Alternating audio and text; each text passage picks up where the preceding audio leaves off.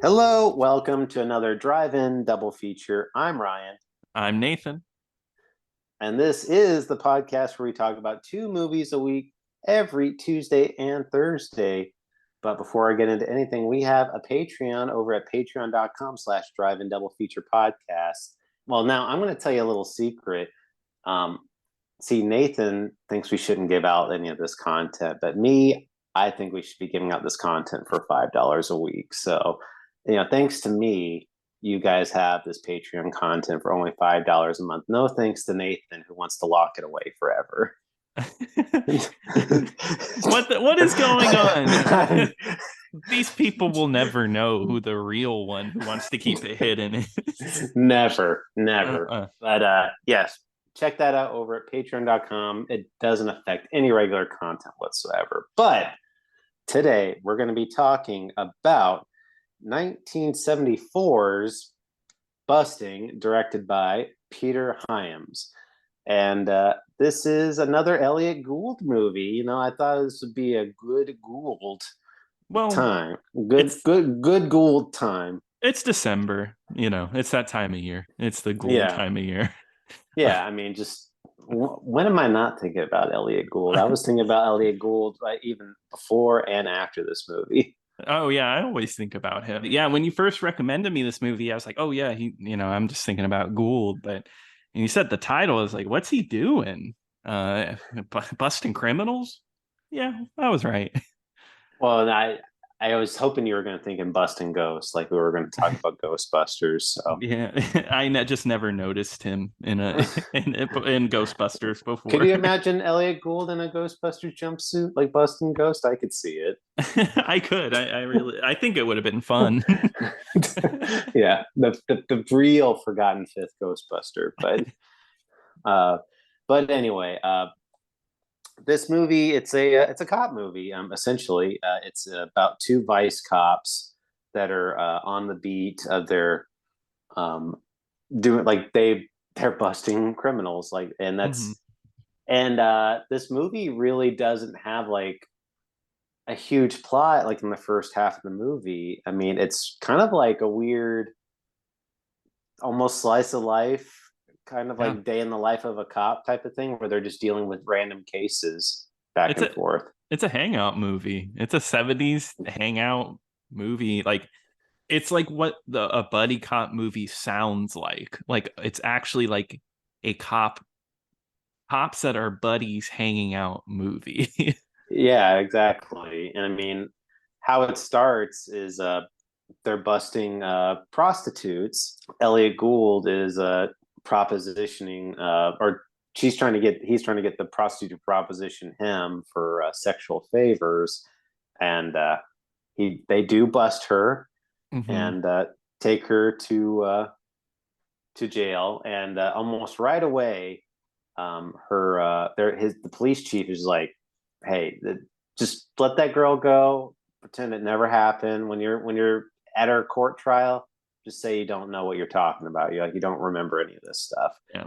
And they're just like, why? And they're like, oh well, it's part of Mr. Rizzo's company. And you kind of hear about Rizzo early in the movie, but he doesn't really play a central plot point until like the second half of the movie. Yeah. But he does keep like popping up, putting his hands into the pot. Keneally here, and I think even like early, like, let me guess, Rizzo at one point. Yeah, and I mean that's what it is, and they end up just kind of getting put on crap assignments. And we should say it's Elliott Gould, and then his partner is Robert Blake, who I know from In Cold Blood, but he's in so much stuff. Who I know from Beretta. Yeah, Beretta, the TV show. Yeah. Well, and Robert Blake died this year, so rest in peace. Yes. Yeah. Elliott Gould's still kicking though. Robert Blake never did anything. Salt of the earth human being. Yeah, we don't talk about any of uh, that. no, I mean they do have a good dynamic. I mean, you actually kind of I do believe like they're friends in this movie. I mean, they I have a do too, nice yeah. like they have a really good on-screen chemistry, and it's like after they bust basically whatever anytime they do something good or like hoping to lead to like another bust or something bigger, they always get kind of stonewalled by a lot of Mm. by the chief or whatever, and they always end up having to do even worse tasks. Like they make them go to a gay bar, Hmm. and they're having to go there and try to bust some guys there, and it's the probably one of the scenes I don't like a whole lot coming up is like they go there and they're trying to like it's obvious like they don't want anything to do they don't want to be around gay people because it's weird Yeah, or yeah, whatever like in the context of the movie and yeah. they and of course like one guy starts getting kind of handsy with them and he ends up fighting them and the guy ends up biting a chunk out of Elliott Gould's leg. Yeah, I think Elliott Gould ends up calling them greasy for whatever reason. Um, but yeah, that I agree. There's one small bit that I don't like about this movie. It's homophobic, but also time and place. It was 1974. Um, Well, yeah, and it's like because they do bust a couple of guys in the movie, and it's well, I mean, I guess we don't know if they're trans or not at the time being, but it's men and women's clothing, yeah, and they go to the court, and like it's like I don't like I was trying to figure out like what the tone was supposed to be. Like, is it supposed to be comedic that these two gay men are like having to be like being made fun of in front of like the court but yeah. it's like it's a really sad scene because they're talking about like I was humiliated, like they beat Hmm. me up, like they did things to me while I was in prison, and they're just like shut up, like Yeah, you're weird, what's your real name and stuff like that. yeah, because the person gives a female name and it's just and Yeah. then it makes them gay like it's like no, what's your real name, and then it's two of them standing there and they're holding hands. And it's like, do you have to hold hands in my courtroom? Yeah, I thought that was interesting. I think the first time I watched it, because I watched this movie twice as well. Yeah, and I think the first time I watched it, I was like, this is played for laughs. But this time I was watching the acting in these two, they're actually really sad. It's a sad scene, but like everybody in the background is making fun of them. I think there's some kind of injustice shown there. But if anything, that's a lot like the rest of this movie, kind of like last week, maybe not as hardcore as last week. This movie plays a two different tones. It's kind of dead serious, but it also allows itself to be full of hijinks and stuff. It's really interesting. Yeah, it's kind of like this movie. To me, it kind of starts as like a comedy, and then just as it goes along, it just gets a little darker Mm. towards until it gets to the end of the movie, where it's just like this kind of like a gut punch at the end. Yeah, And because I think they just become so disillusioned by like the justice system not working.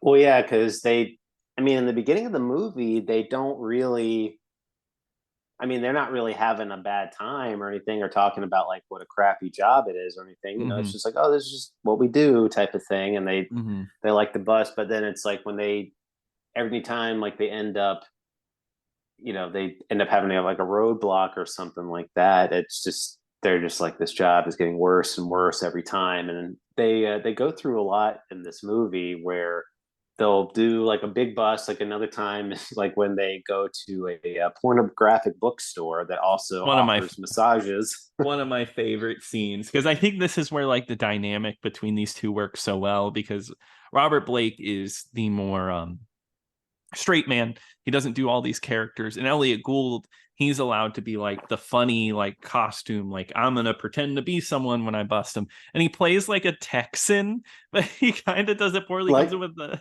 like in Matilda. yeah, yeah. Wow, was that like his signature? Did Elliott Gould like do? redneck Like, did accents. I don't know, but I was like, did he think he was good at it? Because he's not. Because He's not. That I think that's what makes it so funny because he's really bad at it. Because he's like, how can I get me a massage? And he well, rolls. yeah, he comes in and he's just he comes in, but it's like this really exaggerated Texan outfit with like a Uh-huh. bolo tie, big suit and cowboy hat, and he's just like, "Hey, I got $20 so I can get a massage."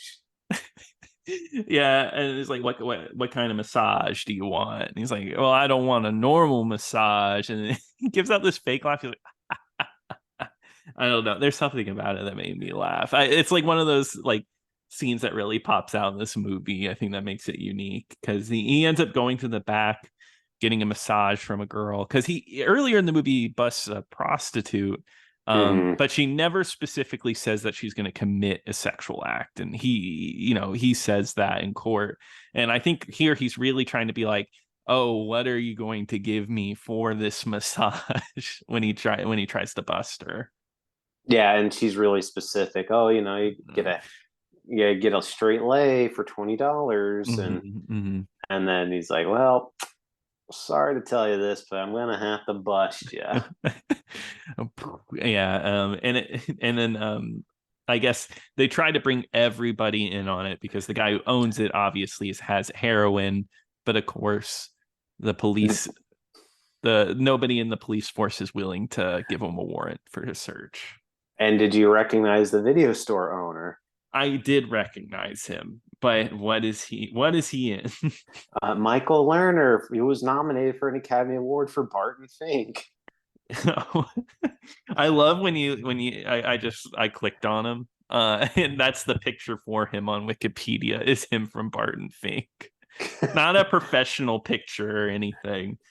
Just like when he's in like his bathing suit or whether in that No, he's movie. wearing a suit.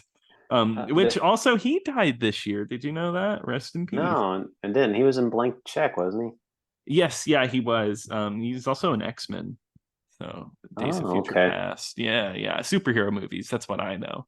Oh yeah. I mean, yeah, Willard was in that movie too. So Yeah, and I know how much you know everything Willard related, everything connected to Willard. exactly. Yeah. Um, but no, it's a very good scene though, because other than that, there's Robert Blake comes in, which that's the thing too, and they bring this up quite a number of times in this movie, is that they uh, they they try to be undercover, but both of them just like scream cop whenever they're in a room. Like even like Yes, yeah. especially Robert Blake, like Yes. when he shows up in that bookstore, they're like, "Hey, you a cop? Like you can't get you're not allowed in here." And he's like, "What? I'm just here buying a book." He's like, "Take whatever you want and get out of here. How about that?" Yeah, yeah, exactly. It's like I think he's like, look at this nose. I could sniff a vice cop from for like far away. And I was gonna say Robert Blake's character has a quirk in this movie that's similar to another movie we I talked know. about. I thought about that. He smokes unlit cigarettes just like in Fault in Our Stars. Yeah, Wow. Could you imagine he's literally me. the kid from Fault in Your Stars. He was just like, Augustus. yeah, he loved busting. That's where he's maybe he watched busting. He thought that was a good idea. Yeah, it's like, yeah, he it was December, Elliott Gould, busting was on. Yeah. Yeah, That's what I hate about ABC Family. They just run busting all December over and over again. Oh my God. Uh, the busting all around. yeah. Yeah. Busting all month. um, but I do like they do like they keep getting stonewalled with that. So after they bust the pornographic bookstore, then they end up having to. So like when they try to bust the massage parlor, Mm. they end up chasing them, and it ends up in this big chase sequence Yeah. with like the bouncer who's played by Sid Haig. Yeah, Sid Haig is in this. Oh my God. What a legend. I always love seeing him in a movie. But this chase scene is really good. I was like really surprised by it because it's like a running chase scene, not like a car chase scene in it, and it ends up leading to like a giant market. tons of extras running in front of the camera all around, and it's shot really well.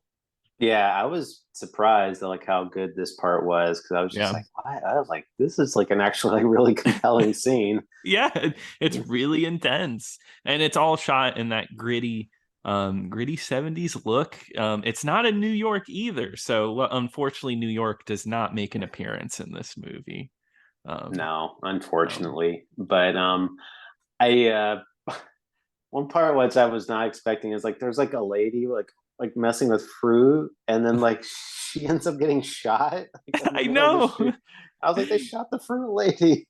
Yeah, and it's kind of passed over, right? She gets shot, and then I think Robert Blake looks at her, and then it just cuts away. Well, it's not like played like this big dramatic moment where they Mhm. do a zoom in and get shot. Like she just gets shot and just falls over. Yeah. But no, this scene's really good, but it unfortunately ends with nobody getting busted because their partner cops don't actually follow the people when they get away. Well, yeah, that's the thing. Like they break out of the building and they're like, "Hey, did you see him?" They're like, "Yeah, we saw him, but they were running. They had guns." And so you start to find out, the cops are on the take, Mhm. of this crime lord, mafia boss, whatever, and it kind of leads up, like I said, they find out who is really behind it is Rizzo, and Rizzo is this He's a rat, Muppet rat. right. He loves pizza. Yeah, Uh, I'm just kidding.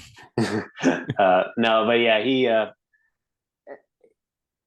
The only thing I guess I would maybe a performance I didn't like is like I don't know if I loved the Rizzo like actor Really? playing him, but I feel like I need to rewatch it. But Yeah, I actually ended up liking him because he just plays a super cocky dude. Because anytime they show up to kind of attack him, he's just like he says the classic cliche line, "I eat guys like you for breakfast." I eat pieces of shit like you for breakfast. yeah, But yeah, it's kind of just like there's nothing you can do. When yeah, that drug deal went down, I was in the hospital, so you can't even you. I will not find me anywhere near that. right. I mean, that's kind of like a big running thing in there. He's not admitting guilt, but he's pretty much just like you want because they said we're coming for you. He's like, come and get me, like just. Yeah. Now that I'm thinking about it, I think I do enjoy it, but I Hmm. just maybe I'm just Oh, no, remembering no, the other. no. I mean, I get it, and there is that really odd line where he calls him Captain Marvel. Which why would you call him Brie Larson? It doesn't make sense, Oh yeah, huh? they Shazam. Yeah, and then Shazam, and I'm like, those are two different characters, buddy. If I was there, I would have gotten a little angry. Yeah, I mean, I just furiously writing a letter to DC and Marvel. Yeah, yeah, telling them to band together to sue this movie. Yeah, Um, James Gunn would be furious if he watched this movie. yeah, he would be. Um, Five even though, years ago, he wouldn't have been, but now he would be. yeah, now, yeah. But yeah, this is kind of where the movie is a lot of scenes, but now it's kind of ramps up to them being against Rizzo, but they get put on the bathroom duty, as you like kind of alluded to, where they're stuck in patrolling bathrooms for, I guess, perverts, but it's more like they get stuck with doing absolutely nothing. Yeah, they're waiting around in bathrooms for casual hookups or whatever. So, Hmm. um, but it does lead to more scenes of them like actually talking and like them like doing it, and that's we kind of get like the first glimpse of like, hey, maybe this job ain't what it's all cracked up to be. It's Hmm. we try to do good. It's like maybe we should be criminals. It's like it pays better. It's Yeah, better hours. I So I actually mean, I like, actually really liked that speech because he's like, every day I would, whenever I started this job, I would stand in front of the museum for six hours, do nothing. 16. Sorry, 16 hours. And I wouldn't complain ever. I would never sit down. He talked about how good it felt to be a cop. And I guess now it just feels like garbage. Like he's not making any difference. Yeah, this is a buddy cop movie, but I mean, it's very much Elliott Gould's the star of the movie. Keneally is like he's Robert Blake's good, don't get me wrong. I think he works well as a side character to Elliott Gould, but Elliott Gould's actually like really good. He also has a really good fashion sense. He's got a great mustache, he wears great little beanies, and he's got great fashion in this movie. Yeah, I actually enjoyed his performance in the movie because you kind of especially like he said that speech where he's like, Mm-hmm. I was so excited. My mother would iron my uniform every night, so I'd have like a Mm-hmm. nice clean uniform every time I'd go to work, Mm-hmm. and just he just gets kind of disillusioned with the job as he goes along with it, and there's there's one scene where they pretty much tell Rizzo they're coming after him, and then he starts to bust another hooker, and they end up taking him back to their place, but it turns out to be an ambush, and he Elliott Gould gets like the crap eaten out of him, where he's like all bloodied, and like they hit him in the face, and he's like coming Mm-hmm. outside, and he's just like covered in blood and stuff, and he goes out to the squad car, and then Robert Blake's been beaten almost to death. Mm-hmm. Yeah, but you know what? It's funny though, because that doesn't kill them at all, or kill their wanting to bust Rizzo. If anything, it makes them want to do it more, because they even afterwards are like, yeah, I haven't gotten any sleep. You want to get back to busting Rizzo. And I love how they go about it too, because it's more like, instead of going straight after him by being like cocky, they decide to pick at him little by little. I think this might be earlier, but it's like one of those slight jabs. And I love the scene of when they go to the cabaret club with the Yeah. topless woman, and it's ran by Sid Haig, and they just come in and they're just being assholes. They know they're cops instantly. And they're like, we just want to see. I think Robert Blake keeps saying, I would just want to see the woman with the big jugs. That's all I'm here for. Yeah, do you know there's a woman with mammary glands out? Yeah. Eh, Um, eh, and that they're giving them a hard time. It's like, where's your cabaret license? And mhm. it's like, it's above the bar, and it's like, I need a step ladder. It's like this Yeah, big commotion. yeah, and he borrows the stepladder and says, "Hey, I'm a cop. I need to check the the cabaret license." And of course, everybody walks out of there. I thought Yeah. that was a really great scene. Well, I like it because the the woman is still dancing topless, and Hmm. Robert Blake is like, "Hey, ma'am, like, there's nobody here. You could stop." Yeah, I thought that was a good way to end the scene. Um, no, but they end up picking at him. I think they even bother him at his birthday. They burn the man's car while he's like blowing out the candles of his cake for his birthday. Yeah, they're definitely trying to piss him off because Hmm.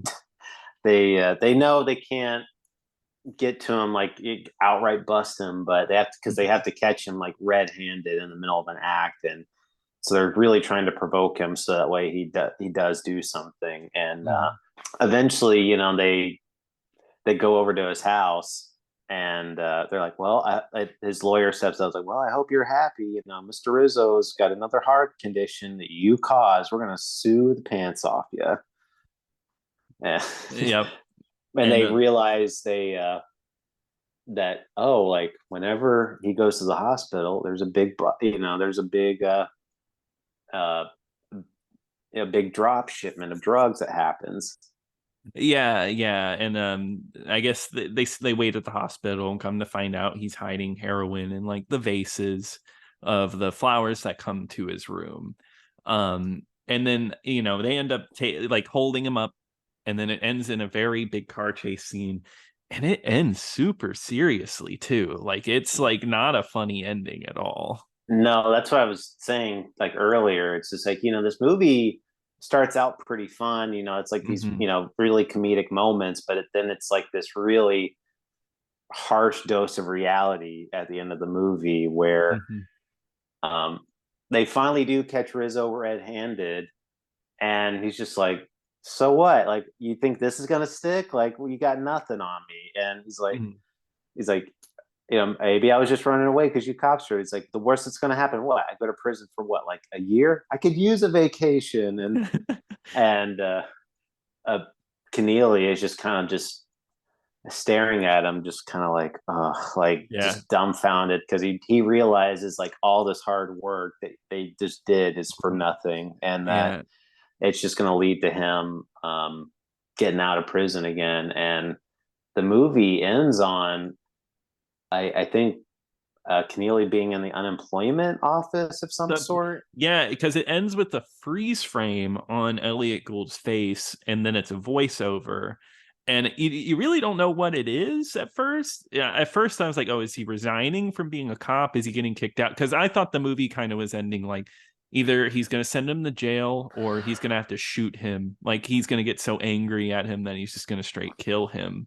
And I thought it was going to be like that. But no, yeah, it's the unemployment office. It sounds like Elliott Gould just gave up being a cop from this experience. Yeah, because they ask him point blank, like, what did you used to be? He's like a cop, and how long? 11 years. Mhm. And they're like, oh, well, why'd you leave? And he's kind of like, huh? Like, I don't know. And they're like, Mhm. well, we need a reason. Like, I just needed a change or what, it just, he was so tired of dealing with all the BS of the job and like Mhm. trying really hard to do good and actually clean up the town. But it was just like, it was all for nothing. And he was just kind of like, there's no point in being a cop anymore if I can't do the job that I wanted to do. So Yeah. it's a very somber ending.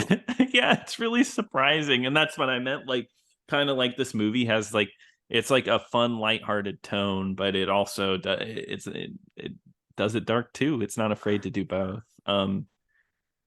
Yeah, and I mean that's why I love this movie. I loved Busting.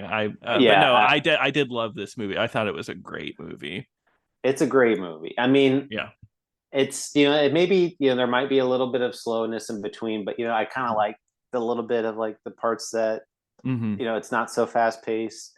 In the beginning, and the relationship is very good. They had a very good story, and like I said, just a moment at the end where it just really stuck with me, where I were actually like resonated. I was like, oh wow, like that's I was not expecting to have to comprehend what there was going on in there. So I really really enjoyed this one. It's one of the favorite ones that we've covered in a long time, Yeah, I agree.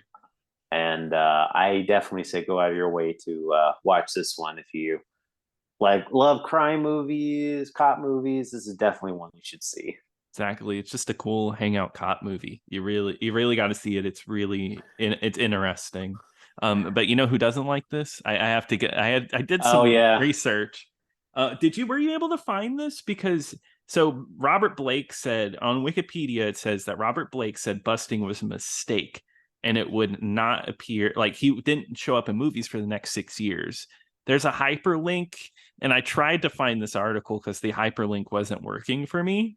And he said this in Playboy because I really wanted to know why he thought it was a mistake. And I found a photocopy of this Playboy article. Worst quality I've ever seen. I could not read it for the life of me. So I still don't know why Robert Blake thinks this movie was a mistake and made him quit movies. Well, how was the rest of the magazine? It was wonderful. Really nice. Really great stories. Really great Yeah, stories. yeah, yeah. I read it for the article, for the Robert Well, Blake interviews. well, I'm glad you actually brought this up because I did meant to bring it up. Was this movie was not reviewed very favorably. This movie's not No. reviewed very favorably. I mean, like Gene Siskel gave it a 2 out of 4. It's at best people are like, it's okay. It's not great though. The A lot of the other people though are just like it's an abomination through and through. This is from the Los Angeles Times, from No. Variety, a confused and compromised, clumsy concoction of unmitigated vulgarity. So I don't know if it's like the time of it, but like it does not have a very good review score, and I don't know. I mean, I guess people were thinking maybe it's too vulgar. I mean, if you're not really into the whole, if you're really turned off by like the homophobic stuff, I mean, I can Mhm. I can kind of understand that, Yeah, but and I guess this is before buddy cop movies, or Vice Squad movies, because this movie was made because of New Centurion, and the idea of a cop going off the rails, like, I'm going against the rules to catch these people. And maybe that's kind of vulgar and disgusting to like watch a movie like, oh, we're really supposed to look up to these cops that aren't following the rules. Yeah, because I mean, I guess this was the time of Serpico Yeah, true. Yeah. but I mean, this was like before Dirty Harry movies, Mm-hmm. so this is like before like, oh, cops playing by their own rules type of thing. And Mm-hmm.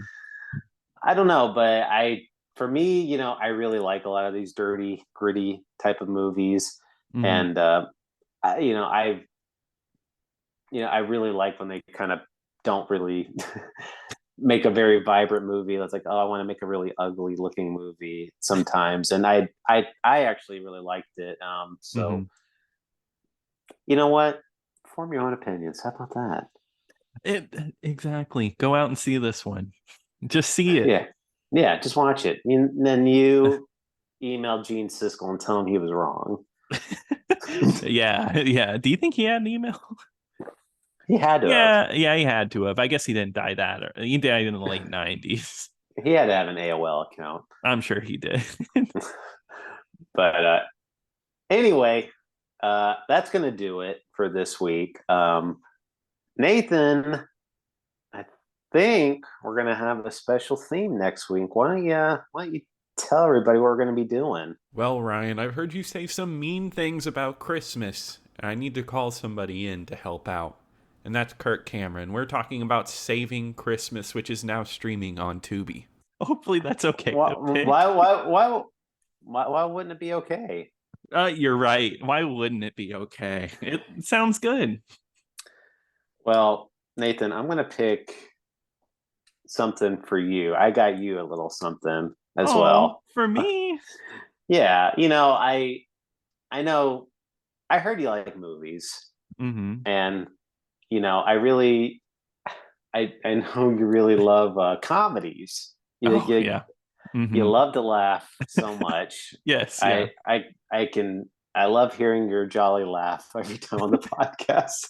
So God. uh but I'm going to recommend this little forgotten classic that not many people have heard of, and it's this movie called Loquisha. Oh no. Oh, I've heard of this one. Which has one of the I'm not gonna not hype, one of the worst posters I've ever seen for a movie ever. Yeah, yeah. It's starring a white man that pretends to be a black woman radio host. So I think you're really going to enjoy this one, Nathan. That one is also free on Tubi right now. Wow, we could just say it's a very controversial Christmas this year.